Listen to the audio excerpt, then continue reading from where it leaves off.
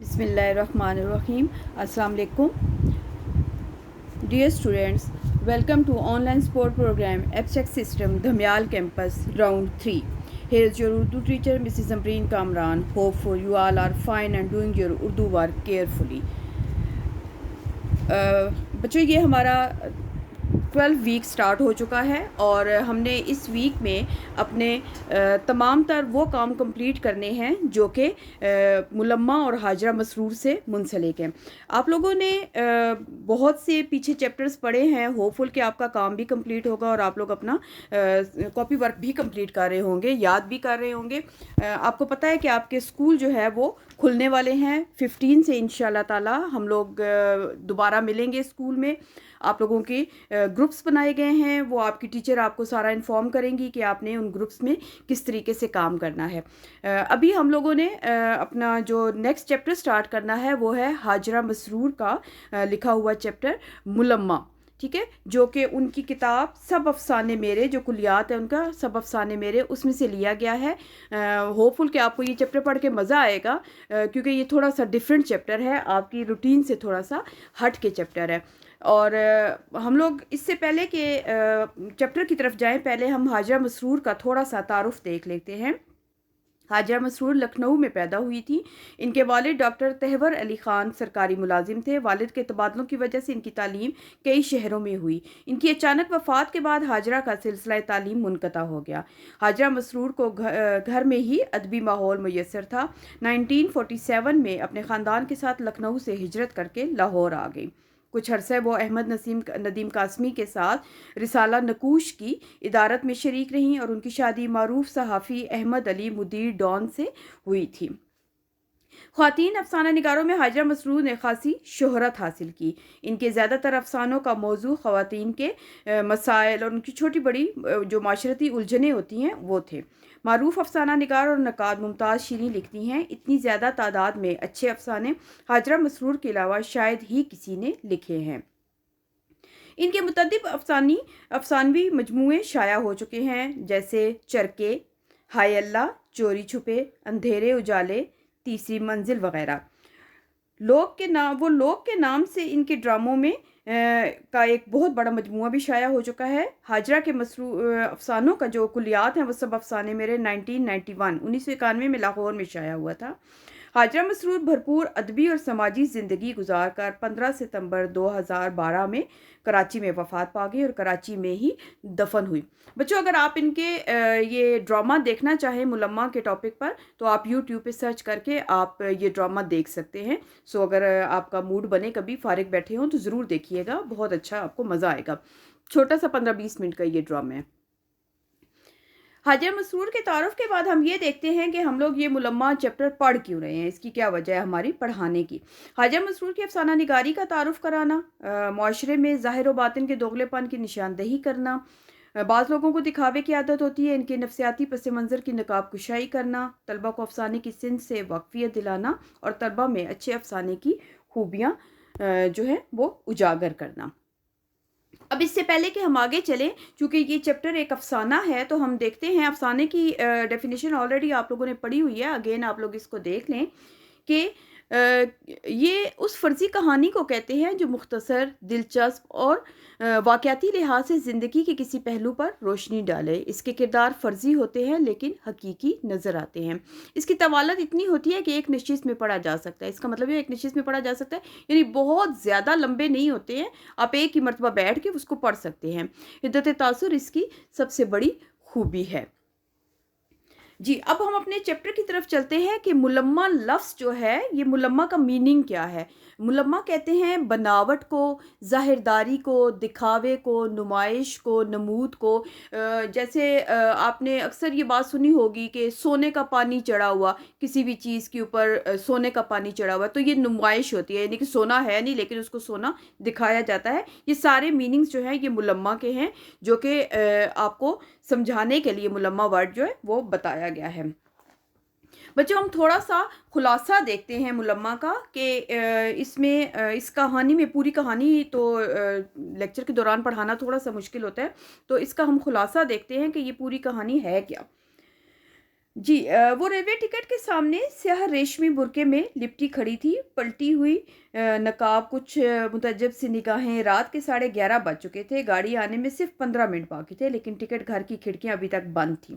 وہ آہستہ آہستہ کلی کی طرف مڑی جو اس کا سامان سر پر اٹھائے تھا۔ کلی نے اپنے مخصوص لب و لہجے میں کہا، یہ گاڑی ہمیشہ لیٹ رہتی ہے۔ میں کہاں بیٹھوں؟ اس نے اپنے آپ سے سوال کیا۔ یہیں بیٹھ جاؤ، کلی نے لڑکی سے کہا۔ اپنے ارد گرد کے بارے میں سوچ کر اس کا دل بیٹھنے لگا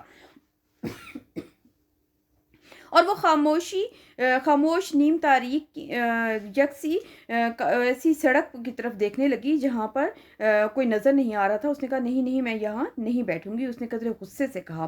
آخر اسٹیشن کی تیز روشنی میں اس نے دیکھا کہ ایک قابل صورت نوجوان بھاری اوور کوٹ پہنے اسی کی طرف آ رہا ہے۔ لڑکی سمجھی شاید ٹکٹ لینے آ رہا ہے، وہ بے ساختہ مسکرا دی۔ نوجوان نے ٹائی اپنی کسی اور اسے دیکھتا ہوا گزر گیا۔ لڑکی کے کھلے ہونٹ سکڑ گئے کیونکہ وہ کوئی امیر زادہ لگ رہا تھا دیکھنے میں، اس لیے وہ تھوڑا سا پریشان بھی ہو گئی اور وہ وہاں سے چل پڑی۔ آگے کلی تھا اور پیچھے پیچھے وہ۔ اس نے اونچی ایڑی کی سینڈل زمین پر ایک دلچسپ شور بکھیر رہی تھی۔ کلی نے مزدوری طلب کی تو لڑکی نے کہا، ابھی نہیں ملیں گے پیسے۔ کاہے کو؟ کلی نے موٹے موٹے ہونٹ لٹک گئے۔ آج دوپہر کو چچا جان کی بیماری کا خط ملا تھا اسے، چنانچہ امی جان کا خیال تھا کہ گھر میں کسی نہ کسی کو ان کی عیادت کے لیے ضرور جانا چاہیے۔ یعنی کہ وہ اسٹیشن پر جو کھڑی تھی، اس کا جانے کا مقصد جو تھا وہ یہ تھا کہ وہ اپنے بیمار چچا کی عیادت کے لیے جا رہی تھی۔ لیکن جب ماں نے اسے کہا کہ تم اکیلی نہ جاؤ، اپنے بھائی کو ساتھ لے کے جاؤ، تو اسے یہ بات بہت بری لگی۔ اس نے کہا کہ میں کیوں بھائی کو لے کے جاؤں؟ میں کوئی لڈو پیڑا تو ہوں نہیں مجھے کوئی نگل جائے گا اور بھائی کو دیکھ کے اگل دے گا۔ چنانچہ وہ اکیلی ہی چل پڑی۔ اب وہ کیا تھا کہ وہ کلی کو چونکہ پیسے اس وجہ سے نہیں دے رہی تھی، ایک تو اس کے پاس پیسے کم تھے اور دوسرا ریزن یہ تھا کہ وہ اگر کلی کو پیسے دے دیتی تو کلی نے تو سامان رکھ دینا تھا، اس کے بعد پھر اس کو بھگتنا پڑ جاتا۔ چنانچہ وہ کلی کے ساتھ ساتھ چلتی رہی۔ لڑکی ایک جھکولا سا ہچکولا یعنی کہ ایک جھٹکا سا کھا کے وہ سنبھل گئی۔ اچانک اس کی نظر نوجوان پڑی جو اسے مسکراتا ہوا دیکھ رہا تھا۔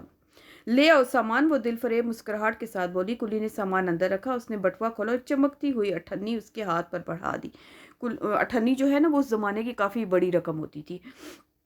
کلی کا چہرہ خوشی سے کھل اٹھا۔ سیٹی کی آواز سن کر وہ اتر گیا۔ پھر لڑکی کے جو انابی ہونٹوں پر مطمئن مسکراہٹ لہرانے لگی، کیونکہ وہ سیٹسفائیڈ سی ہو گئی کہ اس نے اس لڑکے کے سامنے جو ہے وہ اپنے آپ کو بہت زیادہ امیر کبیر شو کر لیا ہے۔ کچھ دیر کے بعد اس نے دیکھا کہ وہاں پر حالات بہت ہی خراب تھے اور رش بہت زیادہ تھا۔ لوگ ایسے ہی جہاں جس کا دل کیا وہ بیٹھا تھا، کہیں لیٹا تھا، لوگ رنگین لحافوں میں لیٹے ہوئے تھے، عورتیں بیٹھی ہوئی تھیں۔ چنانچہ میں نے وہاں کا ماحول جو ہے نا وہ اس کے لیے بیچاری کے لیے بڑا عجیب سا تھا، کیونکہ وہ اپنے آپ کو بہت بڑا سمجھ رہی تھی، جبکہ حقیقتاً وہ بہت غریب تھی۔ وہ جو برقع وہ اتنا مہنگا پہن کے آئی تھی، وہ بھی وہ کسی کا مانگ کے لائی ہوئی تھی۔ 2 منٹ کے بعد گاڑی چل پڑی۔ لڑکی سوچنے لگی، آخر اس ملمہ کا کیا فائدہ جو ذرا سی رگڑ سے اتر جائے؟ دنیا میں اتنی غریب سبھی تو ہیں، بھلا اس قیمتی اوور کوٹ والے نوجوان سے متاثر ہونے کی کیا وجہ ہے؟ گاڑی ایک اور اسٹیشن پر رکی، اس نے منزل قریب آ گئی تھی۔ سوئی ہوئی عورتیں اٹھ بیٹھیں اور وہ آپس میں کسی دوسرے صوبے کی زبان میں باتیں کرنے لگی جو کہ لڑکی کو سمجھ نہیں آ رہی تھی۔ لڑکی نے اپنا سامان دروازے کے قریب گھسیٹ لیا کیونکہ آئندہ اسٹیشن پر اسے اترنا تھا۔ گاڑی رکی اور اس نے جلدی جلدی اپنا بستر پلیٹ فارم پر لڑکا دیا۔ ٹرین نے سیٹی بجائی۔ وہ نوجوان پر الوداعی نظر ڈالنے کے لیے رکی۔ وہ بہت خوش تھی کہ اس نے نوجوان سے اپنی مفلسی کو چھپا لیا، لیکن یہ دیکھ کر سناٹے میں آ گئی کہ نوجوان بھی اسی اسٹیشن پر اتر گیا تھا۔ جب وہ چچا کے ہاں پہنچی تو اس کا گرمجوشی سے استقبال کیا گیا، مگر وہ گرمجوشی کے مقابلے میں کافی سرد دکھائی دے رہی تھی۔ اس دوران اس نے چچا زاد بہن بھی آ گئی اور اس نے برقعے کی تعریف کی۔ اس نے کہا، یہ کتنا اچھا ہے، میں بھی ایسا ہی بنواؤں گی۔ لڑکی ٹہلتے ٹہلتے چھت پر چلی گئی۔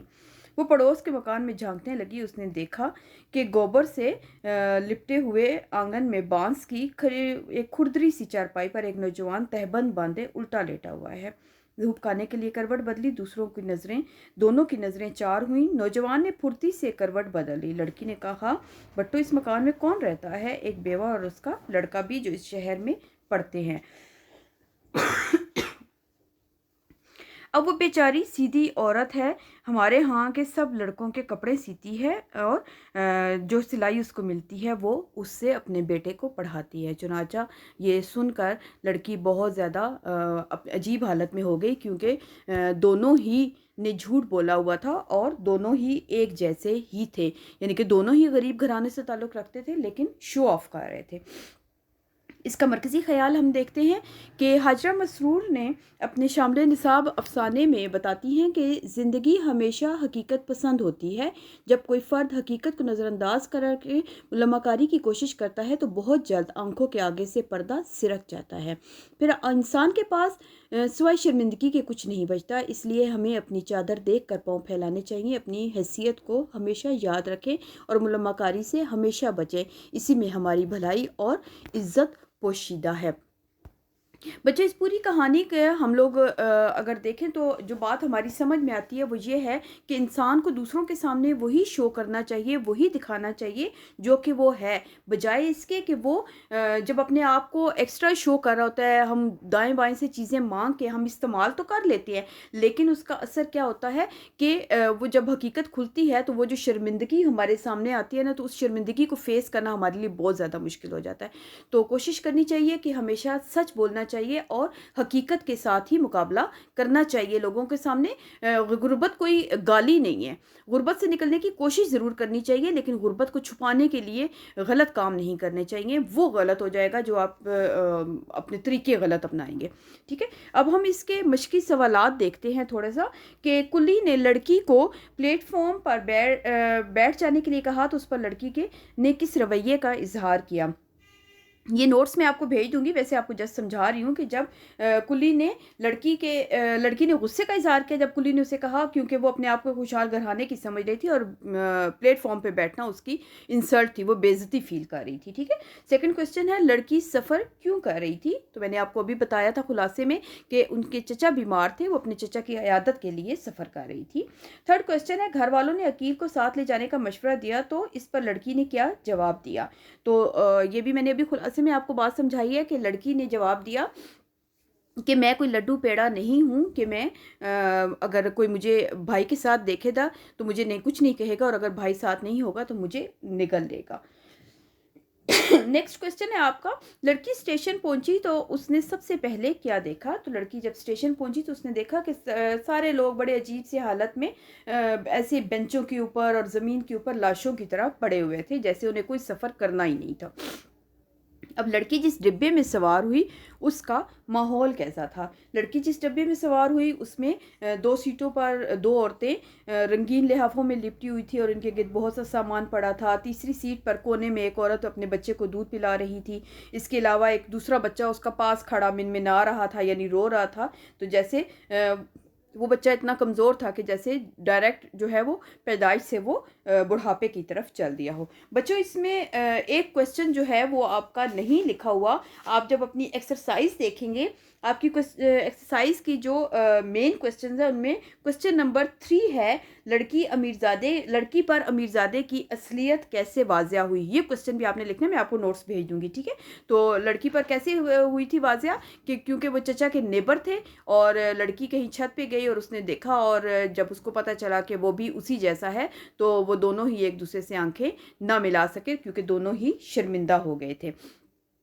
اس کے علاوہ آپ لوگوں نے جملے جو ہے وہ آپ لوگوں نے کرنے ہیں اپنی کاپی کے اوپر، وہ بھی آپ کو نوٹس جو ہے وہ مل جائیں گے، وہی وہیں سے دیکھ کر آپ لوگوں نے جملے جو ہے وہ تذکیر و تانیث والے جملے ہیں، یہ تذکیر و تانیث آپ نے واضح کرنی ہے اور آپ نے وہ جملے جو ہے وہ لکھنے ہیں۔ جی نیکسٹ آپ کا جو گرامر کا ٹاپک ہے وہ ہے مضمون۔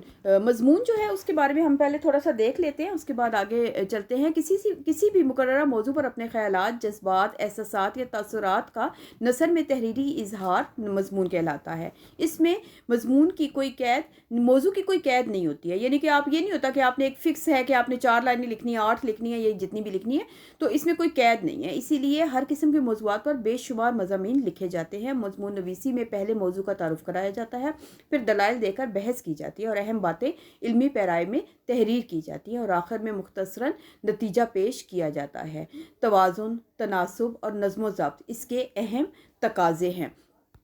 بچوں، آپ نے جو مضمون لکھنا ہے وہ ہے آپ کا عنوان طالب علم کے فرائض، ٹھیک ہے، اور اس کے اہم نکات ہیں طلبہ اردو قواعد انشاء میں۔ ایک تو سب سے پہلے آپ نے وہ دیکھنا ہے کہ قواعد انشاء میں آپ کے پیج نمبر 79، یہ آگے پیچھے ہو سکتا ہے، آپ چیک کر لیجیے گا، مضمون کے جو اصول و ضوابط ہے وہ لکھے ہوئے ہیں، وہ آپ نے بغور پڑھ لینے ہیں، ٹھیک ہے۔ اور اہم نکات جو اس کے ہیں وہ یہ ہیں: حقوق و فرائض کی اہمیت، حقوق و فرائض سے آگاہی، طالب علم کے فرائض، طالب علم کے حقوق، اور طلبہ اہم نکات کی روشنی میں دیے گئے موضوع پر اپنے الفاظ میں یہ مضمون تحریر کریں گے اور مضمون کو اچھا بنانے کے لیے اشعار، اقوال بھی شامل کر سکتے ہیں۔ اس سے امتحان میں نمبر جو ہے وہ آپ کو زیادہ ملتے ہیں۔ سو آپ نے اس چیز کا بھی خیال کرنا ہے کہ آپ نے مضمون جو ہے وہ اس طریقے سے لکھنا ہے کہ اس میں آپ اشعار بھی لکھ سکتے ہیں، اقوال بھی لکھ سکتے ہیں، احادیث بھی لکھ سکتے ہیں، آیات کا ترجمہ بھی لکھ سکتے ہیں، ٹھیک ہے۔ تو آپ نے اپنے مضمون کو بہتر بنانے کے لیے ہر حربہ کرنا ہے۔ یہ نہیں کرتے کہ ایک ہی بک سے آپ چیٹنگ کریں اور سارے کا سارا اتار لیں، بجائے اس کے اس طرح کرنے کے آپ 2-3 بکس اپنے سامنے رکھیں اور اس میں آپ اس طریقے سے کریں، ٹھیک ہے۔ جو آپ کا ہوم ورک ہے وہ ایک تو آپ نے تمام تر مشقی سوالات کے جوابات تحریر کرنے ہیں، لیکن اس سے پہلے آپ کو یاد ہے نا کہ آپ نے اپنے مصنف کے کوسچن آنسر جو ہے وہ کم از کم 5 کوسچن آنسر جو ہے وہ آپ نے لکھنے ہیں، اس کے بعد مشقی سوالات کرنے ہیں اور اس کے بعد آپ نے یہ مضمون طالب علم کے فرائض جو ہے یہ تحریر کرنا ہے۔ ہوپفل کہ آپ کو میرا لیکچر جو ہے وہ سارا سمجھ آ گیا ہوگا اور آپ لوگ بہتر طریقے سے اس کو ریٹن فارم میں کر سکیں گے۔ اگر کوئی بھی بات آپ کو سمجھ نہ آئے تو آپ مجھ سے پوچھ سکتے ہیں۔ تھینک یو سو مچ۔ اللہ حافظ۔